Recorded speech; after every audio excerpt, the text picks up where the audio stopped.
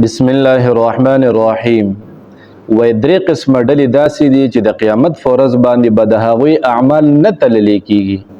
یوه ډله هغه معصومین دي، د ګناهونو نه صفا سوتره دي، چې هغې ته ویل کېږي انبیاء کرام علیهم الصلاة والتسلیمات، چې د دوی اعمال به نه تللی کېږي، وزن به د دوی نه کېږي. او بل هغه قسم خلق ته هغه اطفال المسلمین، ماشومان د مؤمنانو مسلمانان چې د بلوغ نه بالغ کېدو نه مخکې وفات شوي وي، د هغوی اعمال به هم نه تللی کېږي. دا هم ذکر کړی دی. یا هغه لیونی چې کم د بالغ کېدو نه مخکې لیونی شوي وي، د هغوی اعمال به هم نه تللی کېږي.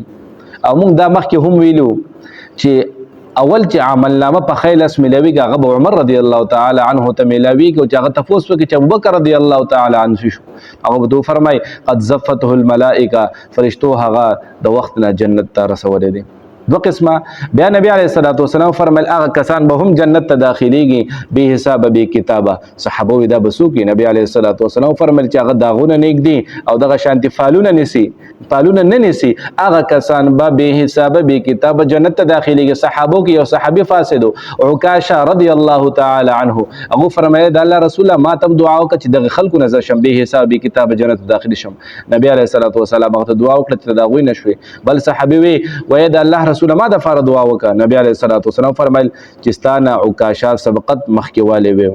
نو دا به تقریبا ذکر کړي تفسیر والا چې دا به 4 ارب او 90 کروڑ کسان به چې دا به بې حسابه بې کتابه جنت ته داخلیږي. دا دو قسمه خلک شوه.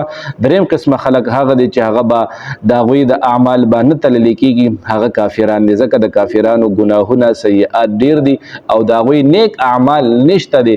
دا درې قسمه دا دي. لیکن جمهور علما وایي چې د ټولو خلکو اعمال به تللی کېږي، ځکه حدیث د امام بخاري ذکر کړی دی چې اعمال او د هغوی ویناګانې د بنیادم دا به وزن کېږي. لیکن دا کم مخکې درې ډېرې قسمه خلک ته دا امام قسطلاني رحمت الله علیه، د امام غزالی رحمت الله علیه قول ذکر کړی چې دا درې قسمه خلک داسې دي چې د دوی هغه اعمال به نه تللی کېږي.